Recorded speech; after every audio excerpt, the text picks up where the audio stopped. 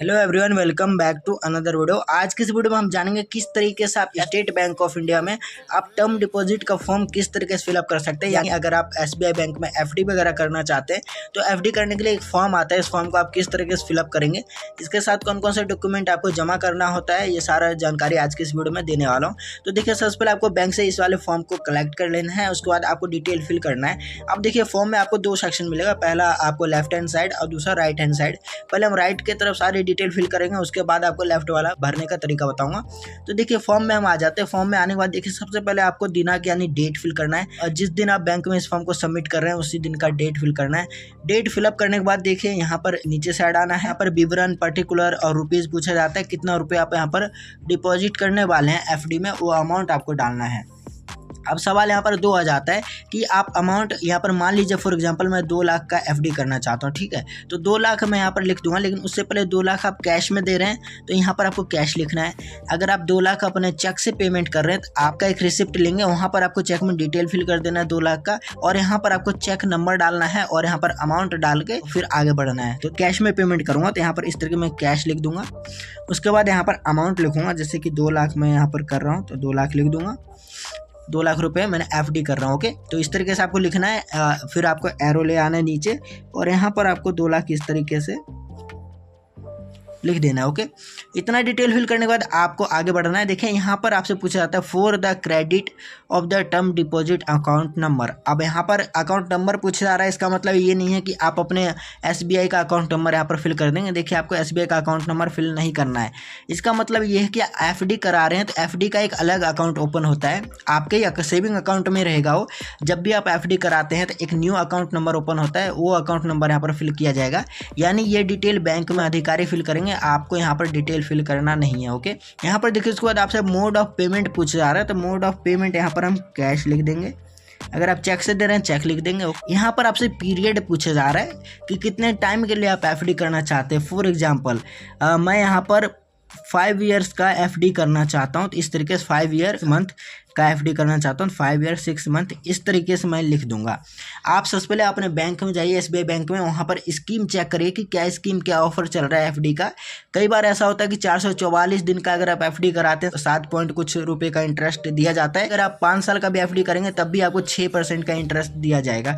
तो आप scheme check करिएगा जिसमें बेहतर आपको यहाँ पर इंटरेस्ट रेट दिया जा रहा है, उस टाइम का यहाँ पर टाइम पीरियड फिल करेंगे। ओके, उसके बाद नीचे साइड आएंगे, यहाँ पर आपको इंटरेस्ट पूछा जा रहा है, इंटरेस्ट मिलने वाला है आपको 5 साल का, तो आपको नहीं पता होगा, जाहिर सी बात है। अगर आप स्कीम देखकर भर रहे हैं, आपको पता है इतना % इंटरेस्ट मिलेगा, तो आप भर दीजिए। नहीं पता है तो आप इसको ब्लैंक छोड़ देंगे।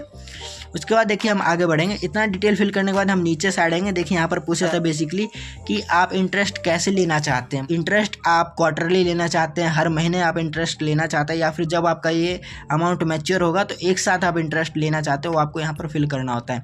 मान लीजिए यहाँ पर मैं हर महीने इंटरेस्ट लेना चाहता हूँ, तो यहाँ पर मंथली इस तरीके से लिख दूंगा। लेकिन आप यहाँ पर मैच्योर होने पे इंटरेस्ट लेना चाहते हैं तो आप मैच्योरिटी लिख देंगे, क्वार्टरली लेना चाहते हैं तो क्वार्टरली लिख देंगे। ओके, इतना डिटेल फिल करने के बाद यहाँ पर आएंगे हम। यहाँ पर आपसे रुपीज़ पूछा जा रहा है, तो यहाँ पर आप 2 लाख की एफडी कर रहे हैं तो यहाँ पर इस तरीके से 2 लाख लिख देंगे। उसके बाद देखिए, यहाँ पर पूछा जा रहा है अमाउंट इन वर्ड में, कुछ इस तरीके से आपको लिखना होगा, 2 लाख रुपीज़ ओनली। ओके, इस तरीके से आपको वर्ड में लिखना है। इतना डिटेल फिल करने के बाद हम नीचे साइड आएंगे। यहाँ पर देखिए, आपसे पूछा जाता है credit to saving RD current account branch cheque. तो आप यहाँ पर समझिए, यहाँ पर जो आपसे खाता संख्या नंबर मांगा जा रहा था, ये तो आपका एफडी अकाउंट नंबर डलता है, जो कि आपको नहीं फिल करना है।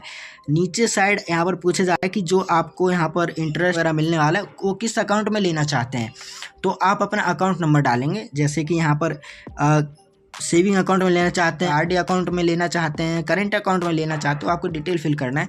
फॉर एग्जांपल मैं सेविंग अकाउंट में यहाँ पर लेना चाहूँगा, तो यहाँ पर मैं एसबीआई का अकाउंट नंबर फिल कर दूँगा। जो भी आपका एसबीआई का अकाउंट नंबर है, वो अकाउंट नंबर इस तरीके से यहाँ पर आपको फिल करना है, ताकि उसी अकाउंट में आपका एफडी का पैसा जमा किया जाएगा, आपके अकाउंट में टाइम टू टाइम भेज दिया जाएगा। ओके, तो यहाँ पर आपको अपना अकाउंट नंबर फिल करना है। उसके बाद नीचे साइड यहाँ पर आपसे बैंक ब्रांच नेम पूछा जाता है, तो यहाँ पर आप अपना बैंक ब्रांच नेम फिल कर देंगे। और यहाँ पर देखिए, सिग्नेचर ऑफ डिपॉजिटर, आप अपना एक सिग्नेचर कर देंगे। देखिए ये जितना डिटेल मैंने यहाँ पर फिल किया है सारा ब्लैक पेन से किया है, लेकिन आपको सारी डिटेल यहाँ पर ब्लू पेन से फिल करना होगा। फिर आपका सारी डिटेल हमने फिल कर दिया है।